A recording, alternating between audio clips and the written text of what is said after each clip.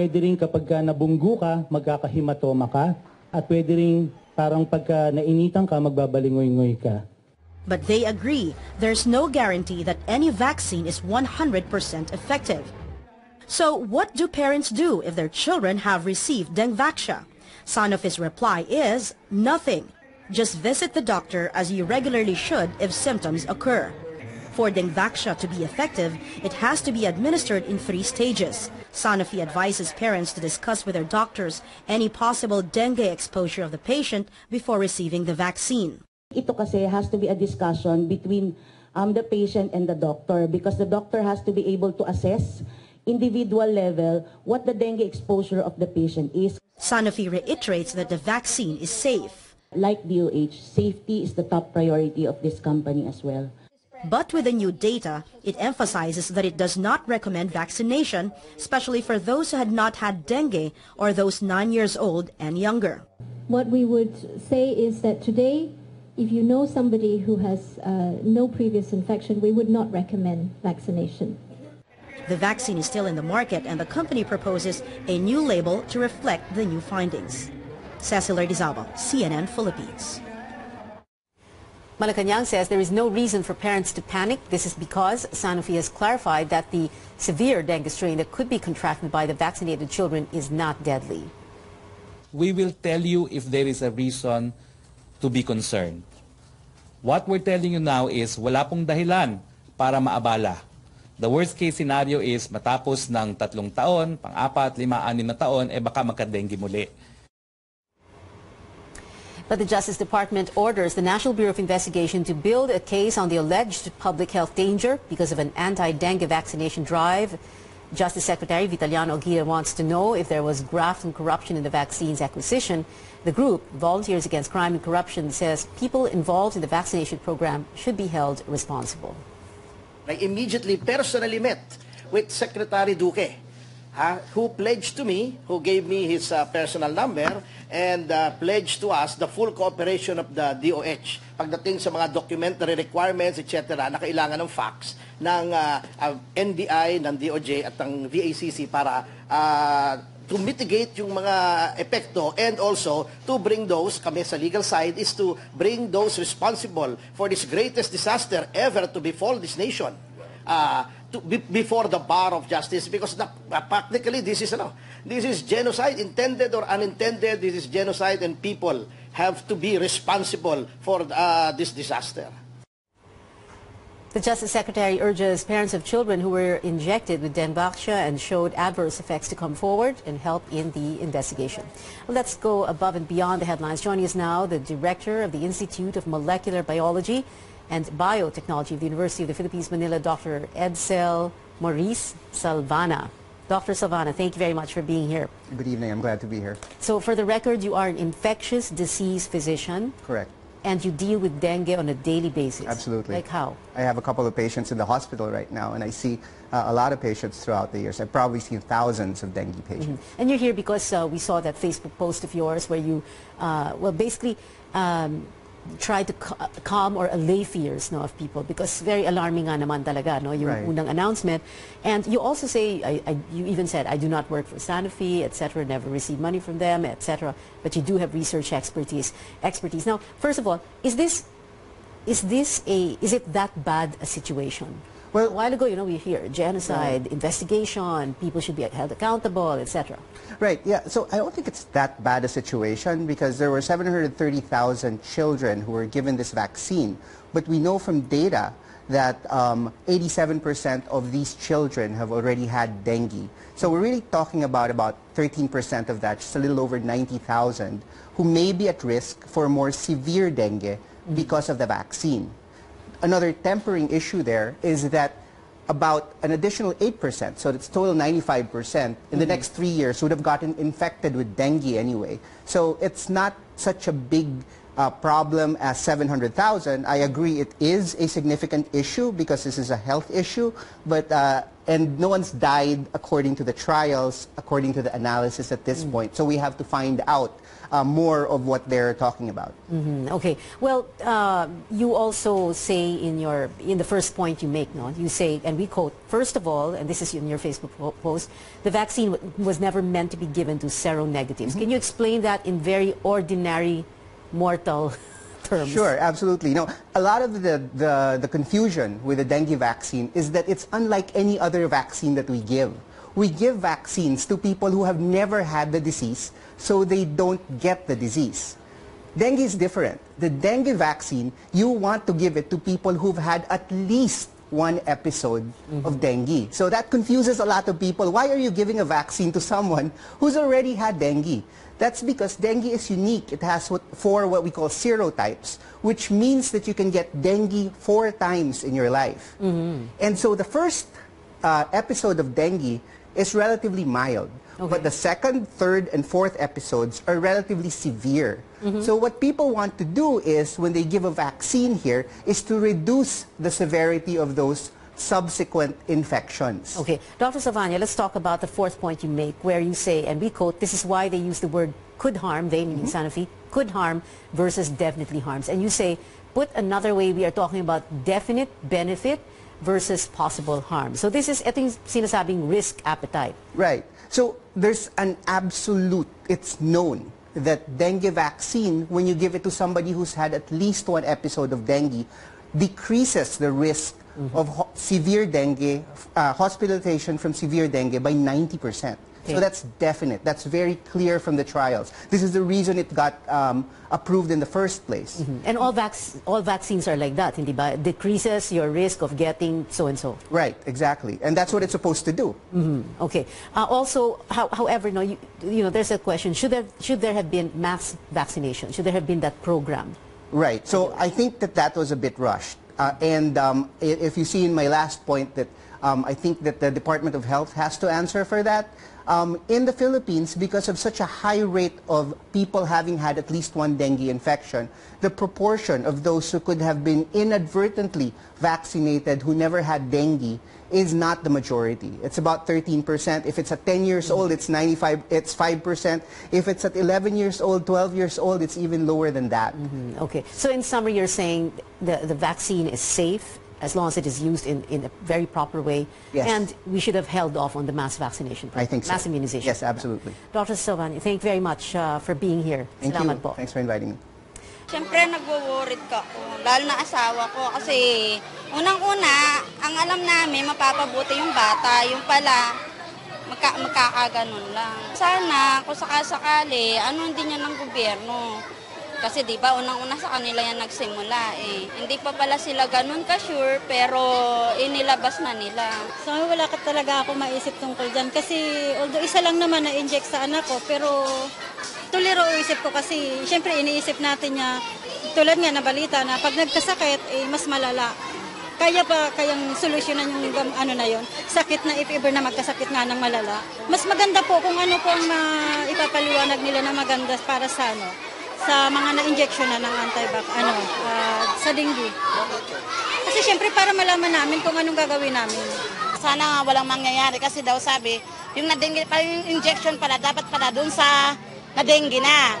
Eh siya, hindi pa siya na-dengue, mas delikado pala yon. Dapat po may managot po, dapat talaga dyan. Kasi sinabi na din na okay ng gamot na yan. Yun lang po, yun pala, hindi pa, delikado pala, mas lalo palang lalala pala yun pag hindi pa na dengue. Oo, kung may mangyari, paano yan? Sino ang eskwelahan ng diyan? Kasi school ang di ba?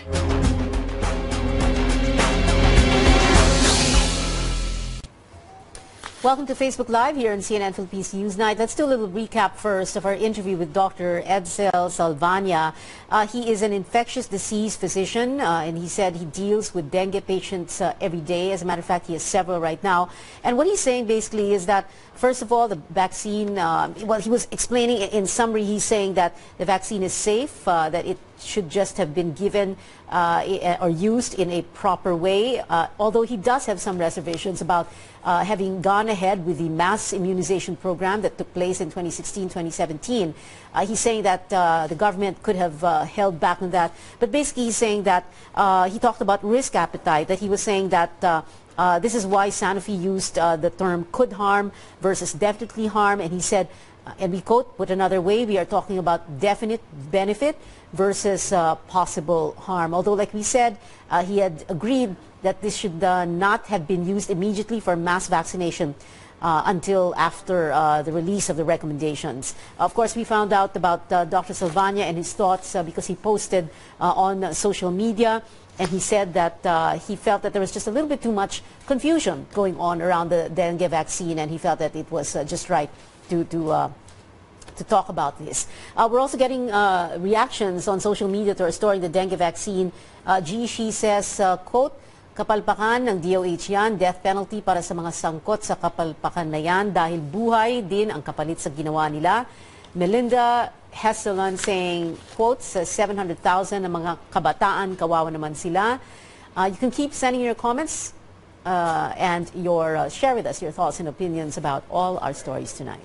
Newsnight on CNN Philippines. Health officials in Cebu are monitoring over 100,000 children that were given the anti-dengue vaccine, while in Mindanao, government forces clash with communist rebels and Moro groups. Our Manchu Makapagal gives us a wrap of the stories from the regions.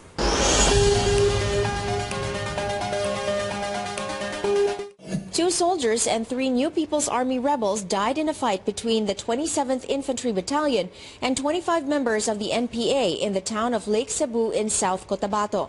The incident followed a failed attack by another group of NPA rebels on a police station in Binuangan, Misamis Oriental on Sunday. On Friday, 2 NPA rebels were also killed in an encounter with troops from the 73rd Infantry Battalion in Alabel, Sarangani Province. Meanwhile, 2 civilians were killed and 7 people, mostly children, were wounded when government troops clashed with members of the Bangsamoro Islamic Freedom Fighters yesterday in Sharif Aguac town in Maguindanao. The Cagayan de Oro City government is offering a 1 million peso reward for information on the killing of University President Ricardo Rotoras. Rotoras was shot by 2 men on Saturday outside his residence and sustained 8 gunshot wounds. Rotoras was one of the key figures in the academe who helped lawmakers push for free college tuition in state universities. In Cebu, health officials are monitoring some 160,000 children who were given the Dengue vaccine. The Dengue vaccines were given through community-based programs in the cities of Cebu, Lapu-Lapu, and Mandaue last year.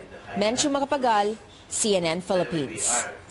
The intense final showdown between Ateneo and LaSalle comes to a close as the UAAP men's basketball crown returns to Katipunan. The Blue Eagles are UAAP champions again. They beat the Green Archers in a do-or-die Game 3 in the finals, 88-86. The arch rivals entered the final period tied, but the Blue Eagles soared high when it mattered most to clinch their 9th title and their first since 2012. But no matter how intense the final game was, the team's rivalry ended on the court. Take a look at this display of sportsmanship from the Green Archers. That is the St. LaSalle Hall just a while ago on Taft Avenue, Manila, lit up in blue right after the game last night. And then the Blue Eagles returned the grand gesture. On its official Twitter page, Ateneo posted, quote, "Thanks for a great series. Congratulations, LaSalle Green Archers," in a green post, which we showed you just a while ago. Now, earlier we spoke with Ateneo President Father Jet Villarin. Now let's go green. We speak on the phone now to Brother Bernie Oca, who used to be in charge of LaSalle Sports Development and is now president of De La Salle Isabel. Brother Bernie, thank you for joining us. Hi, Pia. Good evening. Hi, Brother Bernie. That was a really wonderful gesture by LaSalle. Many saying that you were like a champion also last night. You won so many hearts by doing that. Thank you very much for the compliment. Yes, the brothers wanted to mention that we are all winners here, and that we wanted to make a comment that we played very hard, but of course there will only be one winner, and we wanted to respect that and give honor to the champions of season 18. That was really nice, Brother Bernie. I mean, I know this is very but how was that planned? You know, were there like green and blue? What do you call that? Gel lights ready just in case. Yes, in that building, a several colors so that we can use that for different occasions. So we said that if we did win, then it would be green. But if Ateneo wins, then it will be blue. Okay, and right now we're showing pictures of tonight, what Yes, Silver yes. looks like right now. Yes. And you lit it up in green, white, and blue. Unity, right? You're right. And then the white part, that's the center, we have the Belen there for the Christmas decoration, that we are united in Jesus, because we're both Catholic universities. All right.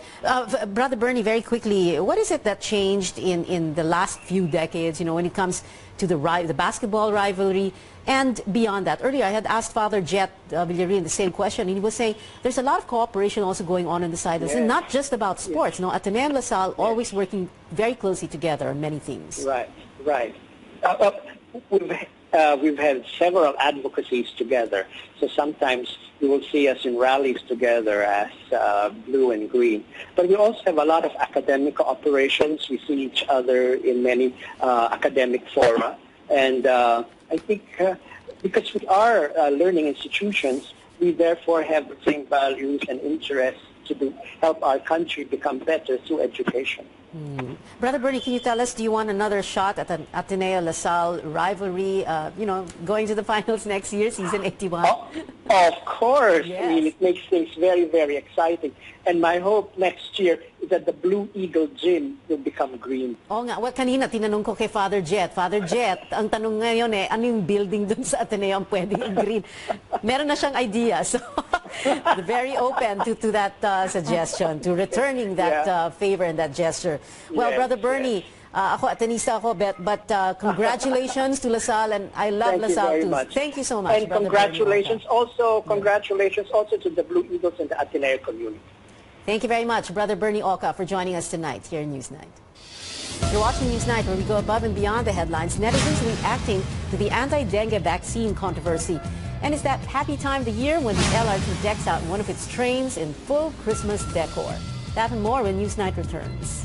Back, the internet is abuzz with the dengue vaccine controversy and the LRT1 train dressed up for the holidays. Our Menchu Macapagal has reactions in tonight's Connect.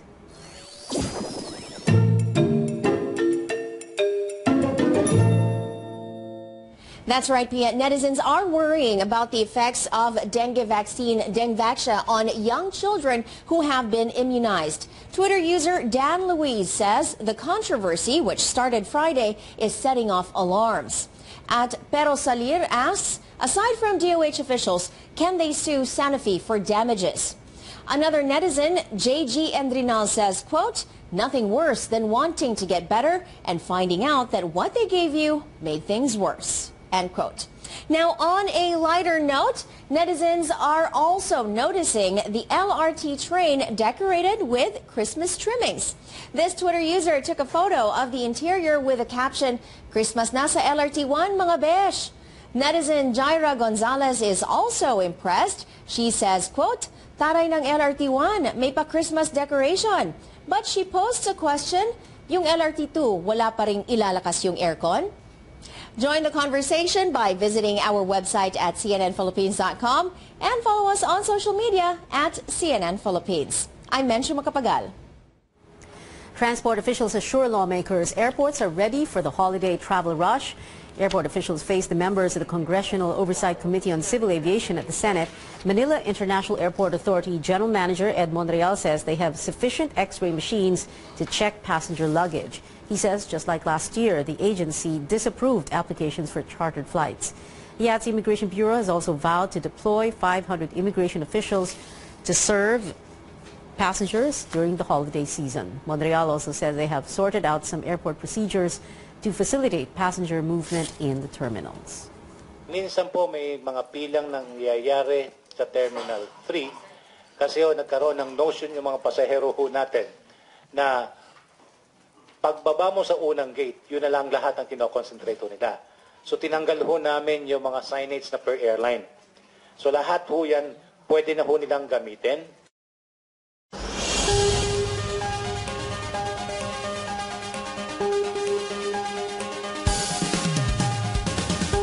Good news for For motorists, after last week's price increases, fuel gets cheaper tomorrow. Oil companies announced a 30 centavo per liter cut in the prices of diesel and kerosene.